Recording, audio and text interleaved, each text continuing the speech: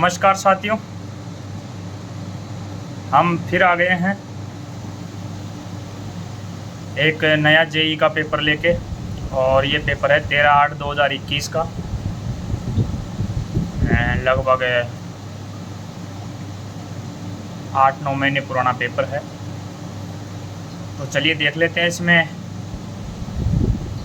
कैसे प्रश्न हैं, आपको भी अवगत करा देते हैं कैसे प्रश्न आ रहे हैं। तो पहला प्रश्न है LHV का फुल फॉर्म क्या है। What is the full form of LHV। तो LHV की फुल फॉर्म होती है लिंक ऑफ मैनबुश, जो कि आपके ऑप्शन बी में सही है। अगर ए की बात करें तो ओनली लिंक के अंदर ई हटाया हुआ है, और बी की बात करें तो BUSCH में BOSH कर रखा है, बोस को गलत कर रखा है। तो इस प्रकार से ऑप्शन बी सही होगा। और यहाँ पेन से भी लिख दी गई है लिंक ऑफ मैनबुश, तो वो सही होगा। नेक्स्ट प्रश्न है प्रश्न नंबर 2, काफमाओ का फुल फॉर्म क्या है। ये वेरी इंपॉर्टेंट है और ये बहुत बार रिपीट हुआ है। दोनों प्रश्न इंपॉर्टेंट है, पहला और दूसरा। तो काफमाओ का फुल फॉर्म होता है central organisation for modernisation of workshop. Very important प्रश्न। अंतर्राष्ट्रीय युवा दिवस हर वर्ष कब मनाया जाता है। तो अंतर्राष्ट्रीय युवा दिवस 12 अगस्त को मनाया जाता है और राष्ट्रीय युवा दिवस 12 जनवरी को मनाया जाता है। दोनों में फ़र्क है साथियों। जैसे हिंदी दिवस और अंतर्राष्ट्रीय हिंदी दिवस में फ़र्क है, वैसे ही यहाँ अंतर्राष्ट्रीय युवा दिवस और अंतर्राष्ट्रीय युवा दिवस और राष्ट्रीय युवा दिवस में फ़र्क है। ये राष्ट्रीय युवा दिवस जो 12 जनवरी को मनाया जाता है, ये विवेकानंद जी से उसके जन्मदिन का उसके हिसाब से सेट है। और अंतर्राष्ट्रीय युवा दिवस आपके 12 अगस्त को मनाया जाता है। तो यहाँ जो आपका ऑप्शन होगा ए होगा 12 अगस्त। नेक्स्ट प्रश्न है साथियों, मुगलसराय जंक्शन को हाल ही में दीनदयाल उपाध्याय रेलवे स्टेशन का नाम बदल दिया गया है। ये किस राज्य में स्थित है। तो ये आपके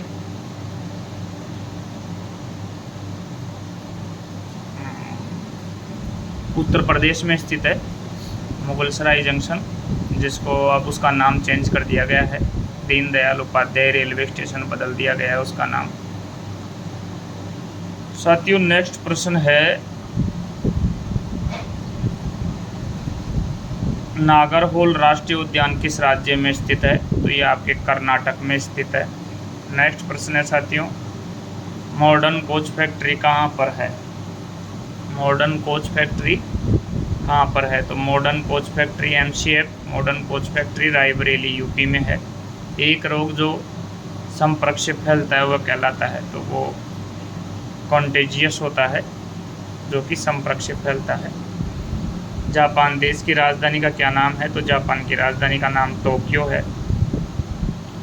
और प्रश्न नंबर 9 है, श्री BS येदियुरप्पा ने हाल ही में किस राज्य के मुख्यमंत्री पद से इस्तीफा दिया है। तो वो कर्नाटक में दिया है। नेक्स्ट प्रश्न है साथियों, प्रिया मलिक ने हाल ही में किस खेल प्रतियोगिता में भारत के लिए स्वर्ण पदक जीता है। तो वो रेसलिंग है। भारतीय रेलवे में वैगनों की ट्रैकिंग में प्रयुक्त RFID का पूर्ण रूप क्या है। यहाँ RFID की फुल फॉर्म पूछी है, तो वेरी इंपॉर्टेंट प्रश्न है। और मैंने एब्रीवेशन में भी इसको बता दिया था एब्रीवेशन के वीडियो में। तो यहाँ रेडियो फ्रिक्वेंसी आइडेंटिफिकेशन होगा साथियों। नेक्स्ट है, बोर्ड स्तर पर भारतीय रेल संगठन में MTRS का अर्थ क्या है। तो यहाँ पे जो MTRS का अर्थ हो जाएगा वो हो जाएगा member traction and rolling stock. उत्तर पश्चिमी रेलवे NWR किस वर्ष में गठित हुआ। तो ये 2002 में गठित हुआ, ध्यान रखिएगा साथियों। द डिस्कवरी ऑफ इंडिया के पुस्तक के लेखक कौन हैं। तो द डिस्कवरी ऑफ इंडिया पुस्तक के लेखक जवाहरलाल नेहरू हैं, जो किसी भी ऑप्शन में नहीं है, इसलिए इसका डी ऑप्शन हो जाएगा। Indian railway the weaving of a nation tapestry पुस्तक के लेखक कौन है। तो विवेक देबरॉय है, ध्यान रखिएगा। भारत में लौह पुरुष के नाम से सरदार वल्लभ भाई पटेल को जाना जाता है, जो कि किसी भी ऑप्शन में नहीं है, तो आपके यहाँ डी हो जाएगा। कैट की फुल फॉर्म क्या होती है। तो कैट की फुल फॉर्म होती है सेंट्रल एडमिनिस्ट्रेटिव ट्रिब्यूनल। ये 1985 में स्थापित हुई थी और कर्मचारियों का जो मुद्दे थे उनको बहुत ही जल्दी ये सुलझाती है और इसकी फ़ीस 50 रुपये होती है और इसमें कर्मचारी खुद भी अपना केस लड़ सकता है। तो नेक्स्ट है प्रश्न नंबर 18, ZRTI का फुल फॉर्म क्या है? तो जोनल रेलवे ट्रेनिंग इंस्टीट्यूट है, ये आपके NWR में उदयपुर में स्थित है जोनल रेलवे ट्रेनिंग इंस्टीट्यूट, और एक भुसावल में है। और प्रश्न नंबर 19 है, पूर्व तटीय रेलवे का मुख्यालय कहाँ स्थित है? तो ये मैंने हेड क्वार्टर जो जोन है उनका एक वीडियो बनाया है, आप देखिएगा मेरे वीडियो में। तो इसमें टोटल जो 18 जोन है आपको सभी याद होने चाहिए। हेड क्वार्टर से संबंधित 1-2 प्रश्न जरूर होते हैं पेपर में, तो आपको हेड क्वार्टर जो 18 हैं वो 18 के मुख्यालय याद कर लेने चाहिए। जैसे NR का दिल्ली है, साउथ का चेन्नई है, ER का आपके कोलकाता है, इधर CROWR का मुंबई है, NCR का आपके प्रयागराज है, SCR का आपके सिकंदराबाद है, ECR का आपके हाजीपुर है, WCR का आपके जबलपुर है। तो जैसे अब मुंबई 2 जगह का है, WR और CR दोनों का मुंबई है, वैसे ही कोलकाता भी 3 का है, मेट्रो का भी कोलकाता है और ER का भी कोलकाता है और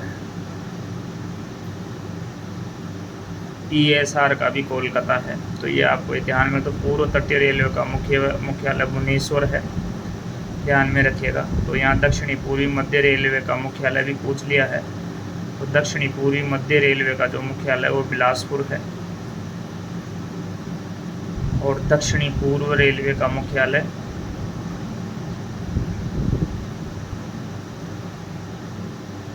दक्षिणी पूर्वी मध्य रेलवे का मुख्यालय बिलासपुर है और पूर्वी तटीय रेलवे का मुख्यालय भुवनेश्वर है। चलिए हम आ जाते हैं प्रश्न नंबर 21। अब यहाँ 21 में जो NAIR का फुल फॉर्म पूछा है एब्रीविएशन, तो वो हो जाएगी आपके national academy of Indian railways. Next प्रश्न है जो पूछा है, भारतीय रेलवे यांत्रिक इंजीनियर सेवा का प्रशिक्षण कहाँ आयोजित किया जाता है? तो वो जमालपुर में किया जाता है, जमालपुर बिहार में है। और यहाँ Indian railway mechanical engineer service यानी IRMES, तो रेलवे भारतीय रेलवे यांत्रिक इंजीनियर सेवा का जो प्रशिक्षण कहाँ आयोजित किया जाता है? तो जमालपुर में किया जाता है, बिहार में। स्वतंत्र भारत के पहले रेल मंत्री कौन थे? तो स्वतंत्र भारत के पहले रेल मंत्री जॉन मथाई थे। देखो साथियों, यहाँ हेड क्वार्टर से संबंधित इस पेपर में 3 प्रश्न आ गए हैं, तो आप हेड क्वार्टर जरूर याद कर लें।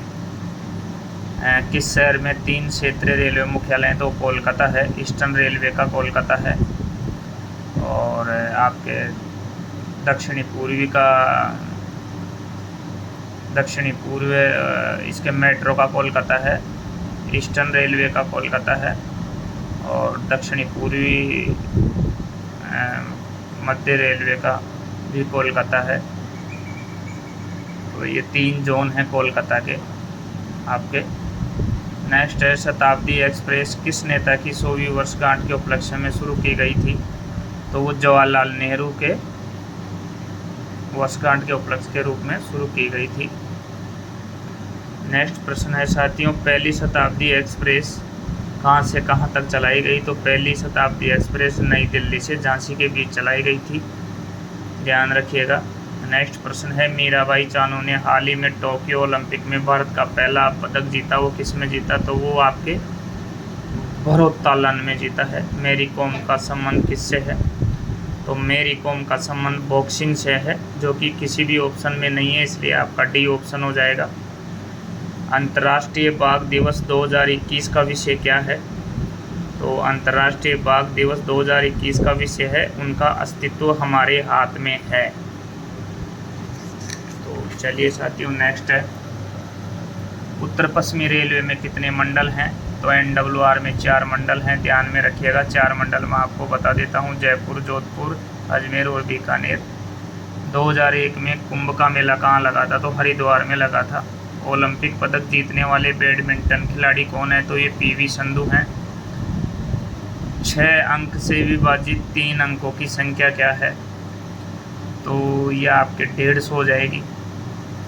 और जो प्रश्न नंबर 34 है, पहले 50 प्राकृतिक संख्याओं का औसत क्या है?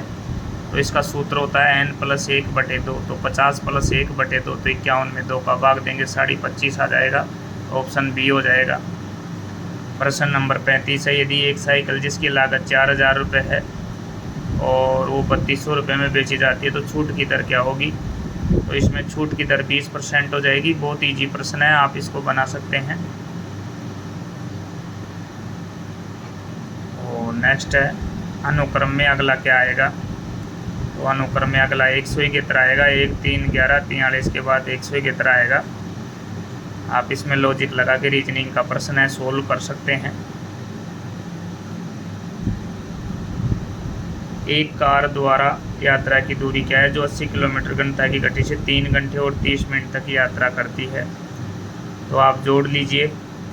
3 घंटे में चली 240 और 240 में 30 और जोड़ दीजिए तो 40 किलोमीटर पर घंटा की चाल से चले 3 घंटे में हो गए 240 और आधे घंटे का 40 और जोड़ दीजिए तो 240 में 40 जोड़ने पर 280 आ जाएगा, जो कि आपके ऑप्शन बी में है। नेक्स्ट प्रश्न है, 40 छात्रों की कक्षा में 20% लड़कियां हैं, तो कक्षा में कितने लड़के हैं? अब यहाँ 20% आपका 8 हो जाएगा, तो 8 लड़कियां हो गई, 32 लड़के हो गए, तो आपका ऑप्शन सी आंसर आ जाएगा। सबसे बड़ा 2 अंकों का प्राइम नंबर क्या है? तो सबसे बड़े 2 अंकों का प्राइम नंबर यहाँ 97 है। 97 है जो प्राइम नंबर है 2 अंकों का सबसे बड़ा, जो कि किसी भी अंक से विभाजित नहीं होता है, वो केवल खुद से ही विभाजित होता है, तो वो प्राइम नंबर है 97। क्योंकि 96 तो 2 से भी हो जाएगा, 3 से भी हो जाएगा, और 98 जो 2 से भी हो जाएगा, 4 से भी हो जाए, 6 से भी हो जाएगा। तो जो केवल खुद की संख्या से विभाजित हो वो प्राइम नंबर है। तो यहाँ 97 से विभाजित होगा और किसी भी संख्या से विभाजित नहीं होगा, इसलिए प्राइम नंबर या 97 हो जाएगा। नेक्स्ट नंबर है ये 15/17, 15/18, 15/19 और 15/21 में सबसे बड़ी संख्या कौन सी है? तो आप इनमें डायरेक्ट भाग देके पता कर सकते हैं। तो इनमें आपका 15/17 आ जाएगा। रोमन अंकों की LXV की साधारण संख्या क्या होगी? तो वो आपके हो जाएगी, L का तो हो जाएगा 10 और नहीं, L का यहाँ 50 होगा, L का 50 होगा, X का 10 हो जाएगा और V का 5 हो जाएगा। यानी कि जो अपन रोमन भाषा में लिखते हैं, तो 50 और 50 में 10 जोड़े 60 और 5 और जोड़ो तो 65। तो यहाँ आपका आंसर आ जाएगा 65, ऑप्शन ए। नेक्स्ट है, साधारण संख्या 25 के समतुल्य रोमन अंक होंगे। तो 25 के यहाँ जो X टाइप अपन लिखते हैं उसका 10 होता है, फिर 10 और फिर V का 5, तो ऑप्शन सी हो जाएगा। 10, 10 और 5 यानी 20 और 5 25। कौन सी अभाज्य संख्या है? विच इज ये प्राइम नंबर? तो यहाँ जो अभाज्य संख्या है वो 9 भी भाज्य है 3 से, 9 से भी है, और 4 भी 2 से है, 4 से है। तो यहाँ 5 अभाज्य संख्या है जो ओनली 5 से ही भाज्य होती है। प्रश्न नंबर 44 है, पाइथागोरस सिद्धांत केवल पर लागू होता है? तो ये केवल समकोण त्रिभुज पर लागू होता है। कागज की एक वर्गाकार शीट का परिमाप 40 सेंटीमीटर है, इसकी भुजा की लंबाई क्या होगी? तो परिमाप 40 है तो भुजा की लंबाई वर्गाकार है तो 10 हो जाएगी, क्योंकि 10 × 4 40, तो 10 हो जाएगी इसकी, तो 10 सेंटीमीटर आ जाएगा। बहुत ईजी प्रश्न है, आप सोल्व कर सकते हैं। 88 सेंटीमीटर लंबाई के तार से बने वृत्त का क्षेत्रफल क्या होगा? तो यहाँ वृत्त का क्षेत्रफल फॉर्मूला लगा के आप कैलकुलेशन कर सकते हैं, तो आपका 616 स्क्वायर सेंटीमीटर आ जाएगा। और ये बोर्ड मास का प्रश्न है, जो प्रश्न नंबर 47 है, बोर्ड मास का है।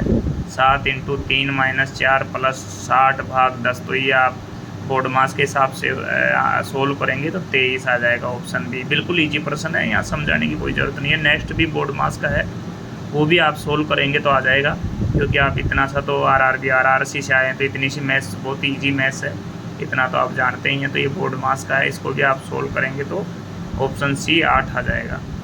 नेक्स्ट है 49 नंबर, 3x - 15 - 6 = 0, तो x का मान क्या होगा? तो ये भी बहुत ईजी है, मैं आपको बता दूं, जब आप इनको भी इधर भेजोगे तो ये 21 आ जाएंगे। ये जो माइनस के 15 माइनस के 6 इधर जाके प्लस के हो जाएंगे तो 21 हो जाएंगे। एस को छोड़ के 21 में 3 का भाग देंगे तो 7 आ जाएंगे। तो ये आपके 49 का ए आंसर आ जाएगा, जो कि बहुत ईजी है। 2 अंकों की कम से कम संख्या है, तो 2 अंकों की कम से कम संख्या 10 होती है। तो 10 किसी भी ऑप्शन में नहीं है, इसलिए आपका ऑप्शन डी हो जाएगा 50 में। तो चलिए सर नेक्स्ट में चलते हैं। नेक्स्ट प्रश्न है 1500 का 70% कितना होता है? तो 1500 इंटू 70/100, तो 2 जीरो से 2 जीरो उड़ जाएंगे। 15 को 70 से गुणा करेंगे तो 1050 आ जाएगा, ऑप्शन ए। गति के लिए दूरी को समय से विभाजित किया जाता है, तो टाइम आ जाएगा, ऑप्शन ए। निम्नलिखित को सरल कीजिए, ये बहुत ईजी है। 4 + 8 + x, तो यहाँ 12 + x आ जाएगा, ऑप्शन ए। बहुत ईजी है। समीकरण में x का मान ज्ञात कीजिए, तो यहाँ x - 5 है, तो अपन 5 को उधर भेजेंगे तो ये प्लस का हो जाएगा, तो 7 और 5 12 हो जाएगा, तो x = 12 आंसर आ जाएगा, जो कि ऑप्शन बी में है। नेक्स्ट 15 नंबर का प्रश्न है जो इंग्लिश का है। द रोबर्स, तो यहाँ हैव अरेस्टेड नहीं आएगा, हैड अरेस्टेड भी नहीं आएगा, यहाँ हैव बीन अरेस्टेड आएगा by the police. The robbers have been arrested by the police. Easy question है इंग्लिश का। रोबर्स यानी डाकू बहुवचन हो गए, तो have been arrested by the police, यानी कि डाकू डकैत, बहुत सारे डकैत पुलिस के द्वारा अरेस्ट किए जा रहे हैं, हैव बीन। तो ये साथियों 55 प्रश्न हो गए, और बाकी के इसमें 110 प्रश्न है, बाकी के 55 अगले पार्ट में करेंगे। तो तब तक के लिए दीजिए आज्ञा, नमस्कार। नेक्स्ट पार्ट 2 में हम 55 से 110 तक, 56 से 110 तक करेंगे। तब तक के लिए आज्ञा दीजिए, नमस्कार। Thank you very much, thanks for watching this video. नमस्कार साथियों।